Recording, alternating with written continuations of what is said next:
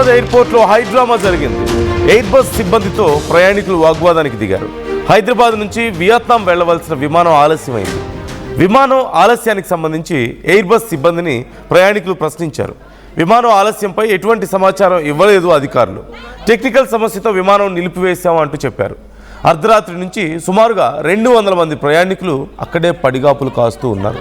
ఎంతసేపటికి ఎన్ని గంటలు గడిచినప్పటికీ విమానానికి సంబంధించిన సమాచారం లేకపోవడంతో చివరికి అక్కడున్న సిబ్బందిని ప్రశ్నిస్తే వాళ్ళు చాలా నిర్లక్ష్యంగా సమాధానం చెప్పినట్లుగా తెలుస్తుంది. ఈ నేపథ్యంలో అక్కడ ఒక వాగ్వాదం చోటు చేసుకుంది. ఒకసారి అక్కడున్న పరిస్థితి ఏంటో చూద్దాం.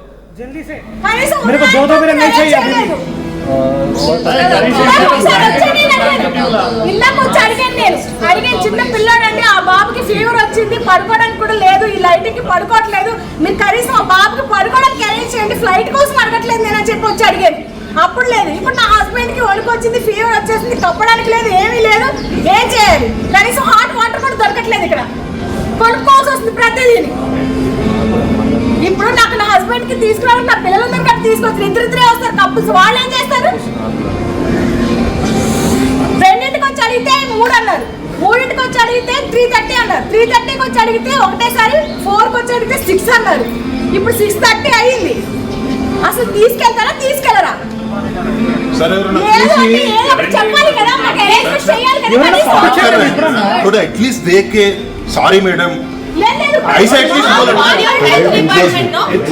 उनकी आंखों में आंखें डाल के थोड़ा सर जवाब दीजिए भाई, जवाब दीजिए।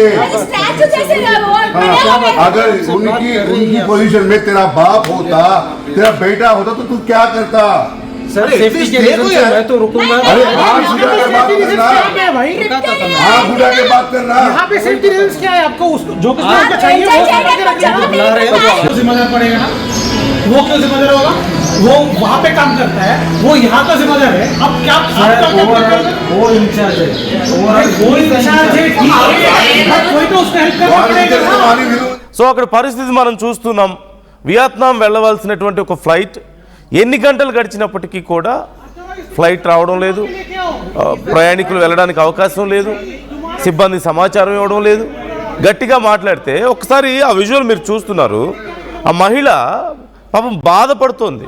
చిన్న పిల్లలు ఉన్నారు, వాళ్ళు ఇబ్బంది పడుతున్నారు, అక్కడ వాళ్ళు నిద్రపోవడానికి కూడా కష్టమవుతుంది లైటింగ్లో. అంటే ఏమి ఫెసిలిటీస్ అరేంజ్ చేయలేదు. తన హస్బెండ్కి చివరికి హెల్త్ బాగలేకపోయినా కనీసం పట్టించుకోలేదు. కనీసం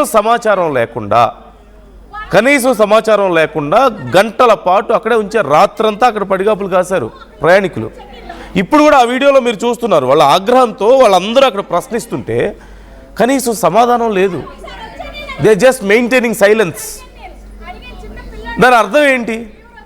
వాళ్ళే వాగుతారులే, వాళ్ళే వెళ్ళిపోతారులే అనా? లేకపోతే వీళ్ళకి మేము సమాధానం చెప్పేది ఏంటనా?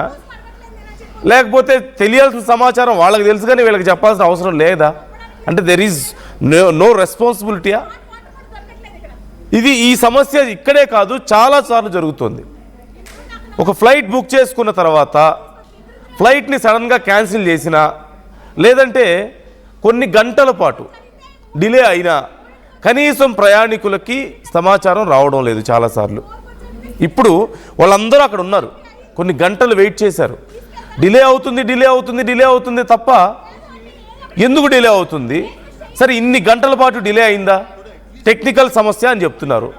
టెక్నికల్ సమస్యతో ఒక ఫ్లైట్ని డిలే చేసినప్పుడు there should be some other alternative ways. ప్రయాణికులు అర్జెంట్ పనిలో ఉంటే, ఏదైనా ఎమర్జెన్సీ ఉంటుంది, ఒక పెళ్ళే ఉండొచ్చు, లేదంటే ఇంకేదైనా బ్యాడ్ న్యూసే ఉండొచ్చు, అక్కడికి ఇమ్మీడియట్గా అటెండ్ అవ్వాల్సిన అవసరం ఉండొచ్చు, ఇంకేదైనా ఉండొచ్చు, విదేశాల్లో ఏదైనా పని మీద వెళ్తూ ఉండొచ్చు, ఎమర్జెన్సీ వర్క్స్ ఉంటాయి కదా. కనీసం సమాధానం లేకుండా వాళ్ళంతా గట్టిగా అరుస్తూ చివరికి ఆవిడంత బాధపడుతుంటే ఆ మహిళ సమాధానం లేదా? What kind of negligence is this? ఏ విమానయాన సంస్థల్లో పనిచేసే వాళ్ళైతే వాళ్ళ సమాధానం చెప్పడానికి సరిపోరా ప్రయాణికులు? Are they superiors? కనీసం సమాధానం చెప్పడానికి కూడా అవకాశం లేదా ప్రయాణికులకి? ఇది కేవలం ఇప్పుడు మాత్రమే జరిగింది కాదు. This is happening to lot of people. Lot of passengers repeatedly. విమానయాన సంస్థలు ప్రయాణికులకి సమాధానం చెప్పడంలో ఫెయిల్ అవుతున్నాయి చాలా సందర్భాల్లో. Unnecessary flight delays sometimes. సరే, వెదర్ బాగలేక డిలే అయిందా, ఓకే. సమ్ అన్ఎక్స్పెక్టెడ్ ఎమర్జెన్సీ లేదంటే సమ్ టెక్నికల్ ఇష్యూ, ఒక అరగంట లేట్ అయింది, ఓకే. గంట లేట్ అయింది, సమాధానం చెప్పాలి. 2 గంటలు 3 గంటలు 5 6 గంటలు గడిచినా సరే సమాధానం చెప్పకుండా ఎయిర్పోర్ట్లో కూర్చోబెడితే అది ఏం బాధ్యత ఉన్నట్టు ఇక్కడ? అంటే ప్రయాణికులు పిచ్చోళ్ళ? అన్నీ డబ్బులు వేలకు వేలు డబ్బులు పోసి టికెట్లు కొనుక్కునే వాళ్ళు పిచ్చోళ్ళు, ఫ్లైట్ టికెట్స్ బుక్ చేసుకునేవాళ్ళు. కనీసం ప్రాపర్ సమాధానం కూడా చెప్పకపోతే ఏమనుకోవాలి? సో ఒకసారి శిల్ప జాయిన్ అవుతున్నారు, ఓ ప్రతినిధి. బిఫోర్ దట్ ఒకసారి అక్కడ ఉన్న సిచ్యువేషన్ నేను మరొక వీడియో మీకు ప్లే చేసి చూపిస్తాను. Let's see once. ఇద్దరం కపుల్ ఆల్మోస్ట్ 2.7 lakhs పే చేసినాం, ప్లస్ ఫ్లైట్ టికెట్స్ ఒక 70,000, మొత్తం అరౌండ్ వీసాస్ అంతా కలిపి హోటల్స్ అంతా కలిపి 3.5 lakhs అట్లా పే చేసినాం మేము. ఇప్పుడు వీళ్ళు ఫ్లైట్ లేదు, ఎప్పుడు స్టార్ట్ అవుతుందో తెలియదు అంటున్నారు. Indefinitely it is పోస్ట్పోన్/క్యాన్సిల్డ్.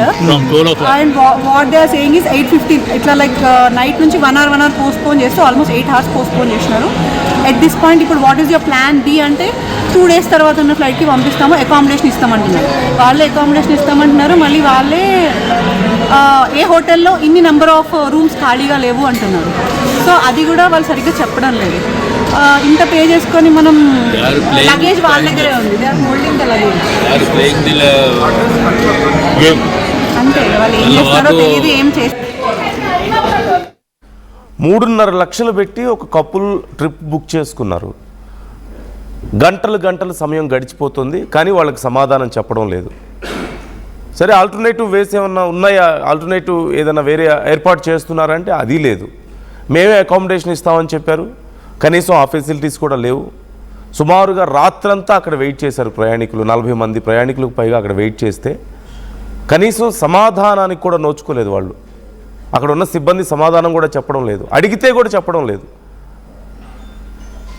Shilpa join అవుతున్నారు, మా ప్రతినిధి, డీటెయిల్స్ తెలుసుకుందాం. శిల్ప, మరి చివరికి ఏం జరిగింది? వాళ్ళకి వేరే ఫ్లైట్ ఏదైనా అరేంజ్ చేసి పంపించారా? అసలు అక్కడ టెక్నికల్ ఇష్యూ అని చెప్తున్నట్లుగా తెలుస్తుంది సింపుల్గా.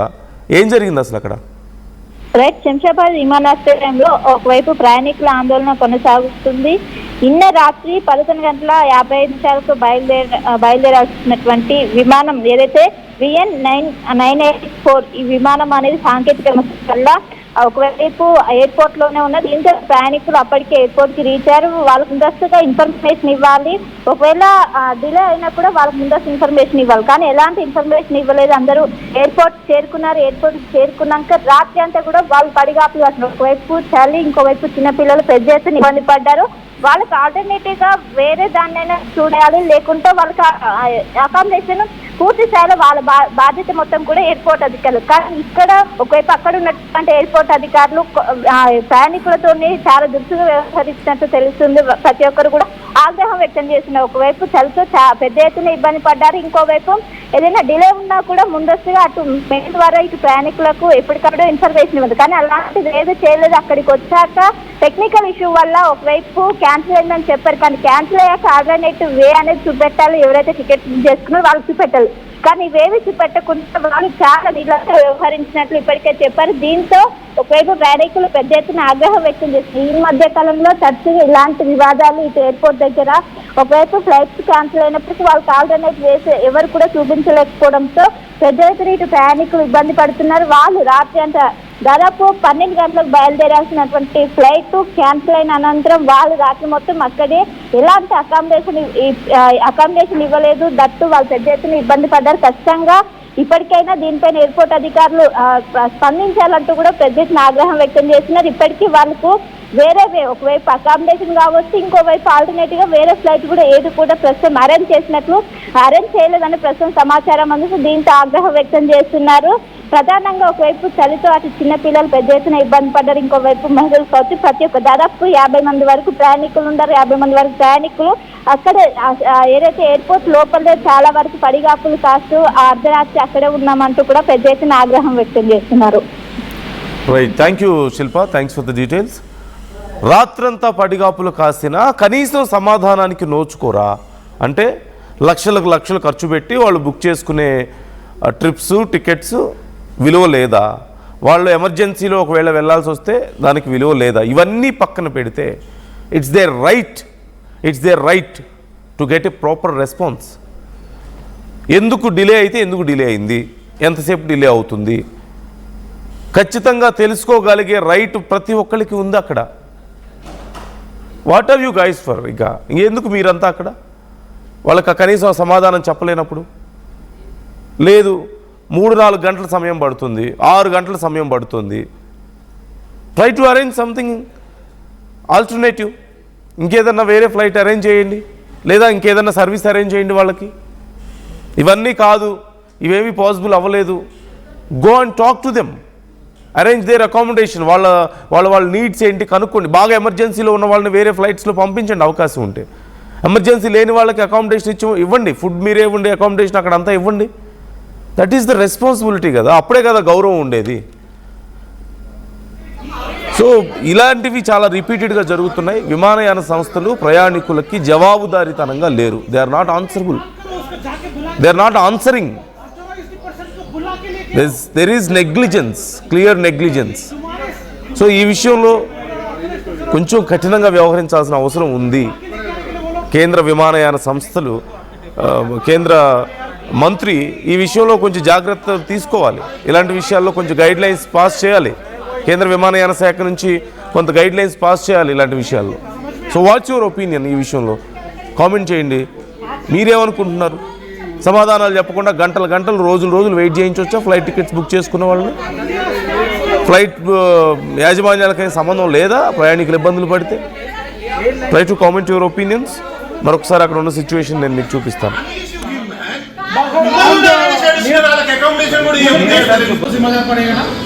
वो क्यों जिम्मेदार होगा? वो वहाँ पे काम करता है, वो यहाँ का जिम्मेदार है. अब क्या वो इंचार्ज है, वो इंचार्ज है, ठीक है, बट कोई तो उसको हेल्प करना पड़ेगा ना. कोऑर्डिनेट करेगा, he is the leader of the station. तो एक काम करो, उसको जाके बुला के लेके आओ. कोई तो अथॉराइज्ड पर्सन को बुला के लेके आओ. He is the authorised person, he will be तुम्हारे जवाब पे अथॉराइज्ड पर्सन को बाहर जाने के लिए उसको बुला के लेके आने के लिए बोलो. कनेक्ट हुआ तो आपके डेफिनेटली आपके सामने ही कॉल नहीं, कॉल के बारे में नहीं बात कर रहा हूँ मैं. अरे जाकर लेके आओ यार से. वो इंजीनियर के साथ में समझिए बात. भाई इंजीनियर को समझ में आ गया है. आपके ऊपर कोई होगा, आपके ऊपर कोई होगा, वही है. आपके जो इंडिया